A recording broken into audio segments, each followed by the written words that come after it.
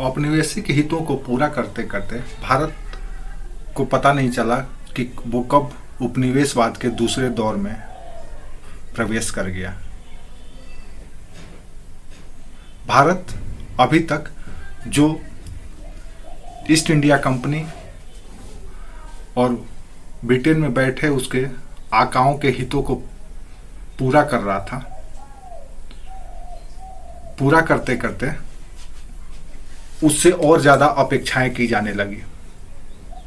कहने का तात्पर्य यह है कि जो अभी तक ब्रिटिश औद्योगिक पूंजीपतियों के जरूरतों को जो भारत बखूबी पूरा कर रहा था, अपने व्यापार पर ईस्ट इंडिया कंपनी को एकाधिकार दे करके, ब्रिटेन में बैठे पूंजीपतियों को इससे भी पेट नहीं भरा, इससे भी उनको संतुष्टि नहीं हुई। इसलिए भारत में उपनिवेशवाद की दूसरे दौर की शुरुआत हुई।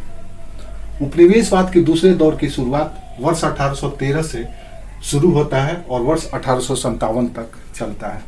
इस दौर की अपनी विशेषताएं थी जो अपने आप में अनूठी थी। अनूठी इस मामले में थी क्योंकि ये वो दौर था जब भारत मुक्त व्यापार के दौर से प्रवेश किया या मुक्त व्यापार के दौर में प्रवेश पाया।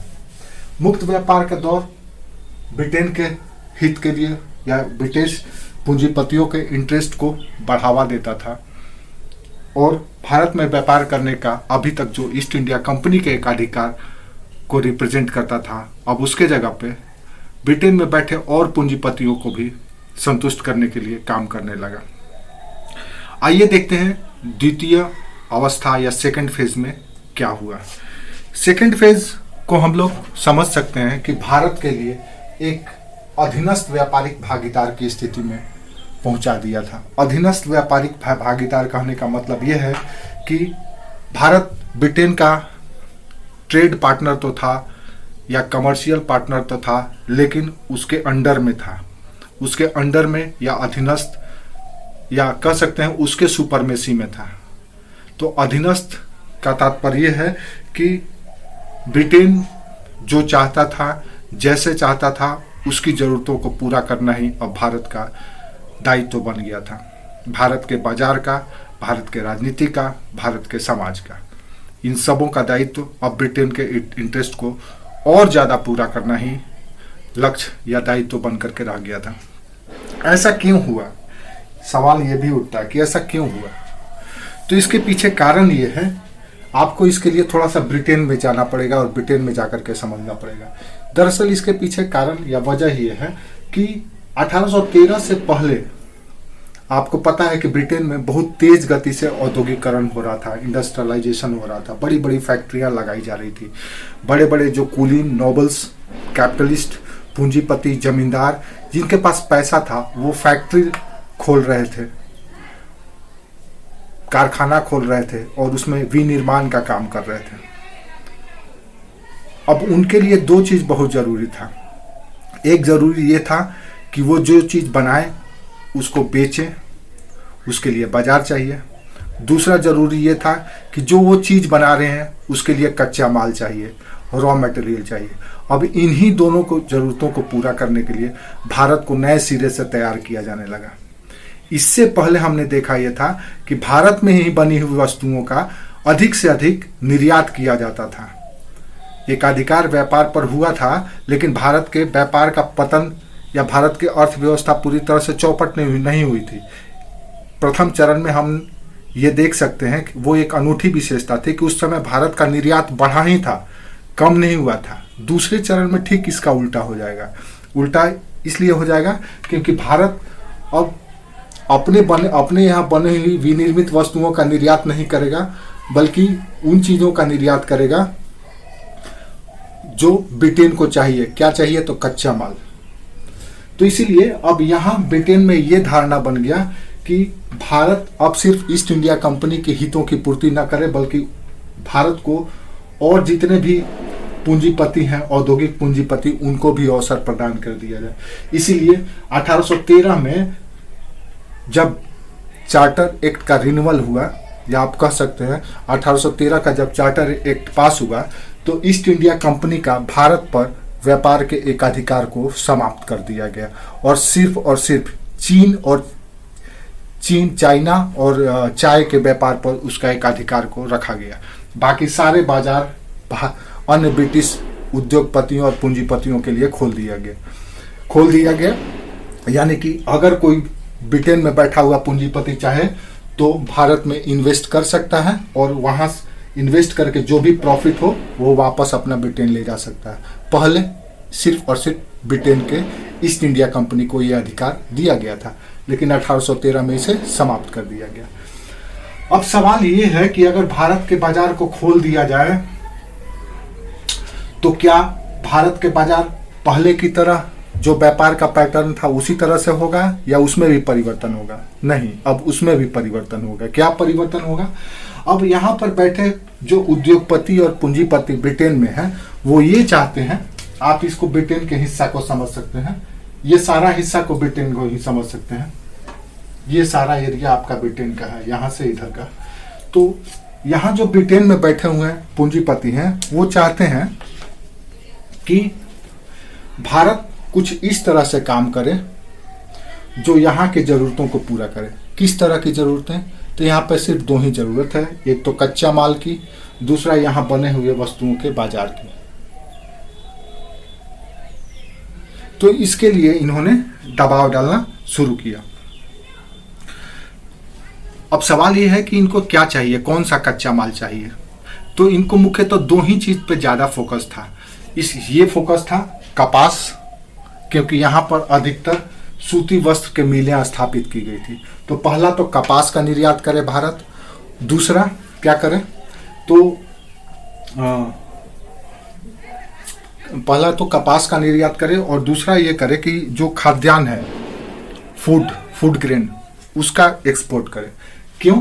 क्योंकि यहाँ पे अधिकतर जो ब्रिटेन में जो किसान थे वो अब उद्योगों में काम करने लगे हैं और खेती बाड़ी वहाँ पर दोयम हो गया है, सेकेंडरी हो गया है।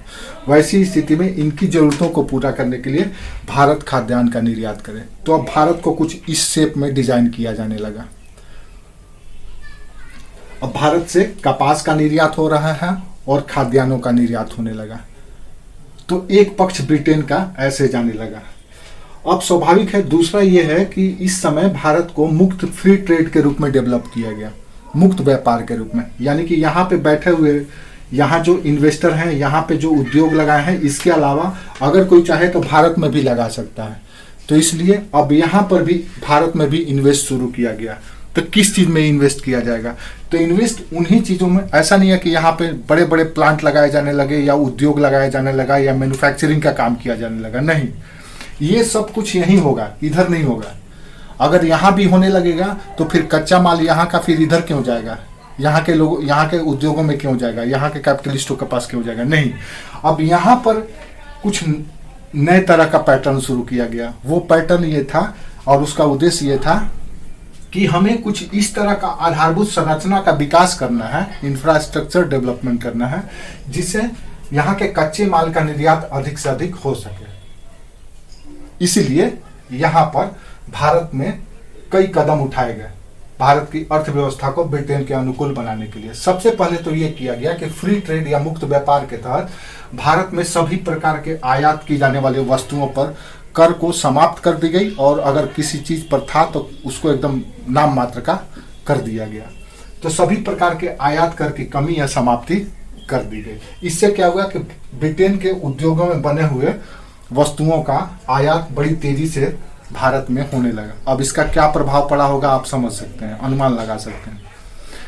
फिर भी आप एक लाइन में समझ लीजिए, जब यहाँ से बनी हुई फैक्ट्री में बनी हुई कपड़ा आने लगा और भी जो विनिर्मित सामान भारत के बाजारों में आने लगा, तो यहाँ पे जो कुटीर या घरेलू स्तर पर जो कामगार मजदूर मिल करके किया करते थे, वो इन फैक्ट्रियों में निर्मित वस्तुओं के सामने कहीं टिक ही नहीं पाते थे, न तो कीमत के मामले में, न तो क्वालिटी के मामले में, न तो मूल्य के मामले में, न तो गुणवत्ता के मामले में। वैसी स्थिति में धीरे धीरे अपने ही बाजार में वो विलुप्त होते चले गए।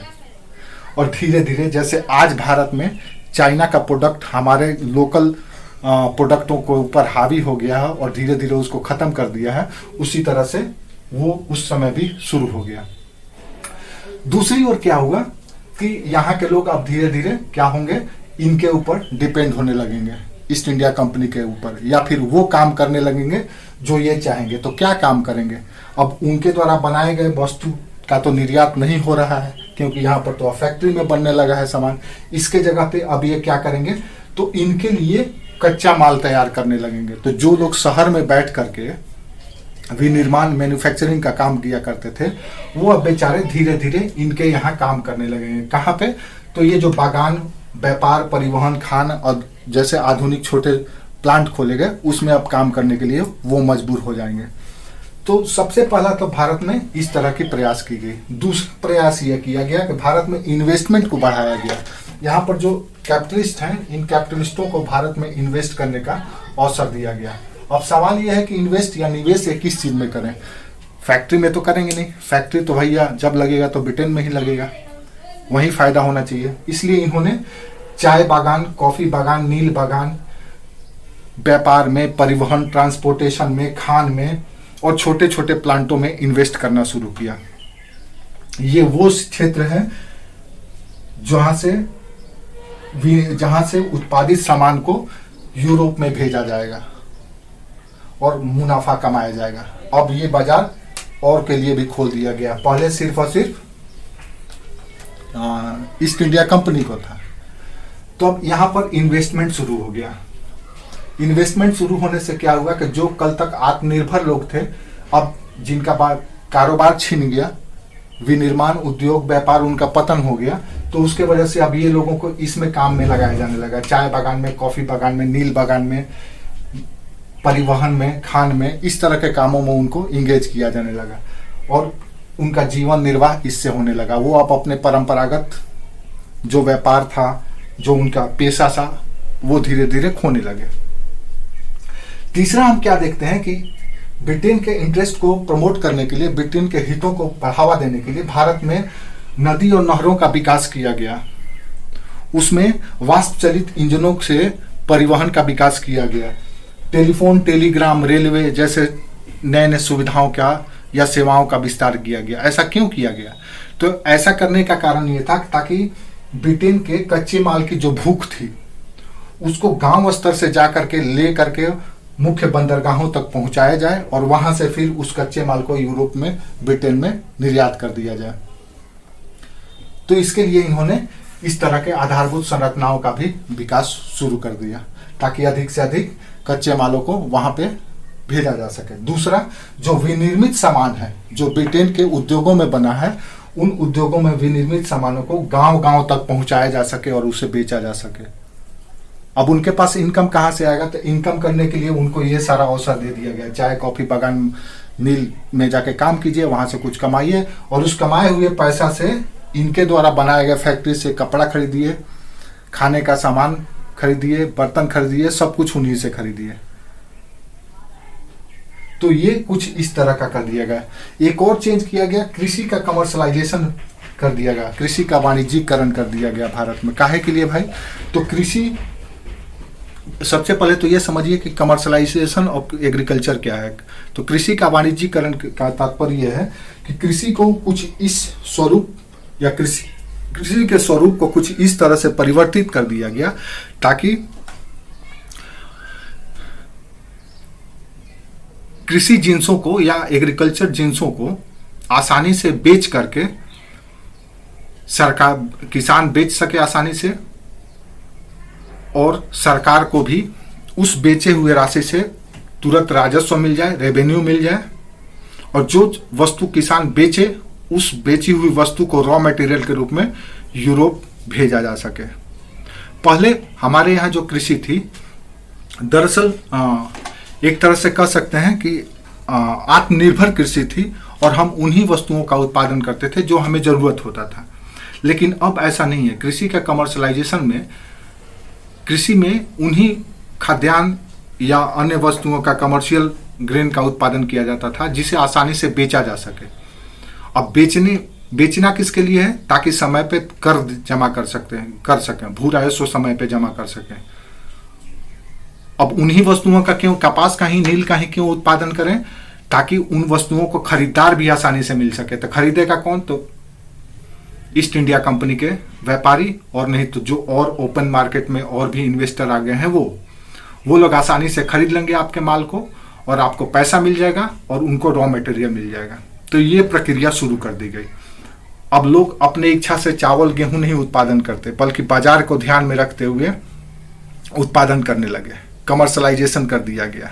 आज भी सरकार यही कोशिश कर रही है कि कृषि का, एग्रीकल्चर का कमर्शलाइजेशन कर दिया जाए, ताकि किसान उन फसलों का उत्पादन करे जिसे वो आसानी से बाजार में बेच सके और बेच करके मुनाफा कमा सके। तो अब कृषि को मुनाफा में कन्वर्ट करने की कोशिश कर दी गई। याद रखना है, मुनाफा किसानों के लिए नहीं, कंपनी के लिए, ब्रिटेन में बैठे हुए पूंजीपतियों के इंटरेस्ट के लिए। और क्या किया गया, तो इस तरह से सारे परिवर्तन भारत में करके ब्रिटेन के हित को पूरा करने की कोशिश की गई। तो कुल मिला जुला करके भारत का स्वरूप कुछ इस तरह से हो गया कि भारत ब्रिटेन में बने हुए वस्तुओं का बाजार, बेचने के लिए वस्तुओं का बाजार हो गया। तो दूसरी ओर ब्रिटेन के उद्योगों में निर्माण के लिए, विनिर्माण के लिए कच्चे माल के बाजार में भी कन्वर्ट हो गया। तो भारत दो तरह का बाजार में कन्वर्ट हुआ, एक तो विनिर्मित वस्तुओं का बाजार और दूसरा कच्चे माल का बाजार। इन दोनों बाजारों में भारत को कन्वर्ट कर दिया गया। इसका एकमात्र उद्देश्य है ब्रिटेन के हितों को पूरा करना। अब स्वाभाविक है कि क्या इन व्यापक उद्देश्यों को पूरा करने के लिए क्या भारत की जो परंपरागत व्यवस्थाएं थी, जो शासन प्रणाली था, जो सामाजिक ताना बाना था, ढांचा था, वैसे ही छोड़ दिया जाता? नहीं, अब उसमें भी चेंज लाया जाने लगा। किसके लिए? अपने अनुकूल। इसीलिए आप इस दौर में देखेंगे 1813 के बाद से तो कई कानून, जैसे criminal law, law procedure, personal law, contract law जैसे नए नए एक्सपेरिमेंट भी शुरू किए जाने लगे, नए नए कानूनों को लाया जाने लगा। क्योंकि अब यहाँ पर सिर्फ और सिर्फ एक ईस्ट इंडिया कंपनी भारत में नहीं काम कर रही है, बल्कि ब्रिटेन के कई इन्वेस्टर यहाँ पे काम करने लगे हैं। इसीलिए अब नए नए कानून के तहत लाया जाने लगा। दूसरी बात ध्यान देना है कि ये वो दौर है जब भारत के अधिकांश क्षेत्रों पर ईस्ट इंडिया कंपनी का पूरी तरह से नियंत्रण हो जाता है। ऐसी स्थिति में ब्रिटेन के कानूनों को भारत पर भी अब लाया जाने लगता है। अब भारत के समाज के बारे में निंदा की, भारत के समाज के बारे में भी निंदा की जाने लगी है। क्यों किया जाने लगा है, उस पर हम लोग आगे चर्चा करेंगे। और क्या देखते हैं कि इस समय तक जो 1813 के चार्टर एक्ट में ही पहली बार ये प्रावधान किया गया कि कुछ खर्च ब्रिटेन के द्वारा भारत में शिक्षा पर भी खर्च किया जाएगा। 1 लाख रुपए का बजट निर्धारित किया गया और भारत में 1835 से आधुनिक शिक्षा की शुरुआत की गई। लोगों को एक तरह से कहें तो मॉडर्न एजुकेशन दिया जाने लगा। मॉडर्न एजुकेशन किसके लिए?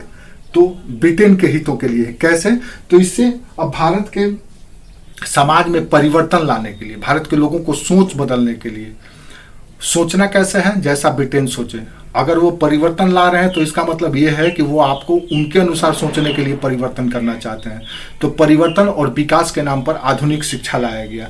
दूसरा ये कहा गया कि ये सोच करके लाया गया कि हम एक ऐसा सोसाइटी या एक ऐसा जनरेशन तैयार कर दें जो हमारे प्रति वफादार हो। तो इन सारे उद्देश्यों के लिए भारत में कुछ इस तरह का ताना बाना उपनिवेशवाद के द्वितीय चरण में तैयार किया गया। और ये किसके लिए? तो ब्रिटिश औपनिवेशिक हितों की पूर्ति के लिए, वहां के पूंजीपतियों के लाभ के लिए, वहां के विनिर्मित वस्तुओं के बाजार के लिए, ये सब कुछ भारत में परिवर्तन किया गया। एक और चीज इस दौर में हमको देखने को ये मिलता है कि इसी समय ब्रिटेन में उदार साम्राज्यवादी विचारधारा का भी उदय होता है। लिबरल मॉडरेट आइडियोलॉजी भी ब्रिटेन में डेवलप करने लगता है। वो लिबरल मॉडरेट आइडियोलॉजी ये कहता है कि भारत में हम लंबे समय तक शासन या भारत को अपने इच्छानुकूल उपयोग सिर्फ सैनिक बल पर ही नहीं कर सकते हैं। इसके लिए हमें कुछ भारतीयों को रियायतें देनी होगी, जैसे स्वशासन और प्रजातंत्र की लॉलीपॉप के लिए भी सोचा जाने लगा। और ये कहा जाने लगा कि भारतीयों को कुछ इस तरह से अब तैयार किया जाए ताकि वो स्वशासन, सेल्फ गवर्नमेंट की ओर बढ़े। याद रखना है, इन सबों के पीछे मुख्य उद्देश्य यही है, ब्रिटिश इंटरेस्ट को पूरा करना है। लेकिन ये सिर्फ और सिर्फ एक सोची हुई विचार ही रह जाता है। दूसरी ओर इस समय की एक और अनूठी विशेषता यह दिखाई देती है कि इतना इन्वेस्टमेंट के बावजूद, इतना व्यापार का ब्रिटेन के फेवर में होने के बावजूद भी भारत में इन्वेस्टर्स को उतना फायदा नहीं होता है। इसलिए नहीं होता है क्योंकि उनको प्रशासनिक जो यहाँ का एडमिनिस्ट्रेटिव सिस्टम है उसमें उनको बहुत बड़ी मात्रा में राशि खर्च करनी पड़ रही है। तो दूसरी ओर रेलवे के विकास में भी इन्हें बहुत ज़्यादा ही खर्च करना पड़ा। इन सबों के वजह से कुल मिला जुला करके अगर देखा जाए तो ये समय ज़्यादा फायदेमंद नहीं रहा।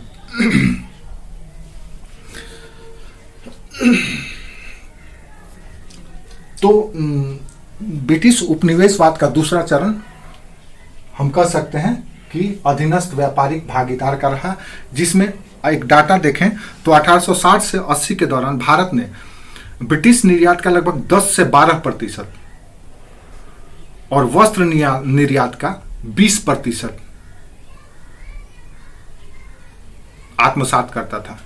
यानी अगर ब्रिटेन पूरे विश्व में जितना निर्यात करता था अपना मैन्युफैक्चरिंग गुड्स को, विनिर्मित वस्तुओं को, तो उसका 10 से 12% भारत में निर्यात करता था।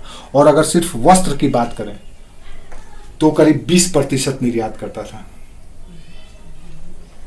और देखें, और अगर इसका आकलन देखेंगे किस तरह से इसका रूप बदल गया, तो भारत लगभग 1850 के बाद से रेलवे का इंजन, डिब्बा, रेल लाइन जैसे महत्वपूर्ण वस्तुओं का प्रमुख आयातकर्ता देश बन गया था। तो भारत के लोग भी बड़ी मात्रा में सेना में भी भर्ती हुए और ब्रिटिश साम्राज्यवाद के विस्तार में भारतीय सेनाओं ने इस दौर में बहुत महत्वपूर्ण, विशेष करके अफ्रीका में उपनिवेशवाद के विस्तार करने में भारतीय सेनाओं का बहुत अहम भूमिका रही। तो जो दौर 1757 से शुरू हुआ था, वर्ष 1857 तक, लगभग 100 वर्षों तक भारत कुछ इस रूप में बदल चुका था। इसके बाद जो तीसरा चरण है, उस तीसरे चरण में आगे हम 100 वर्ष की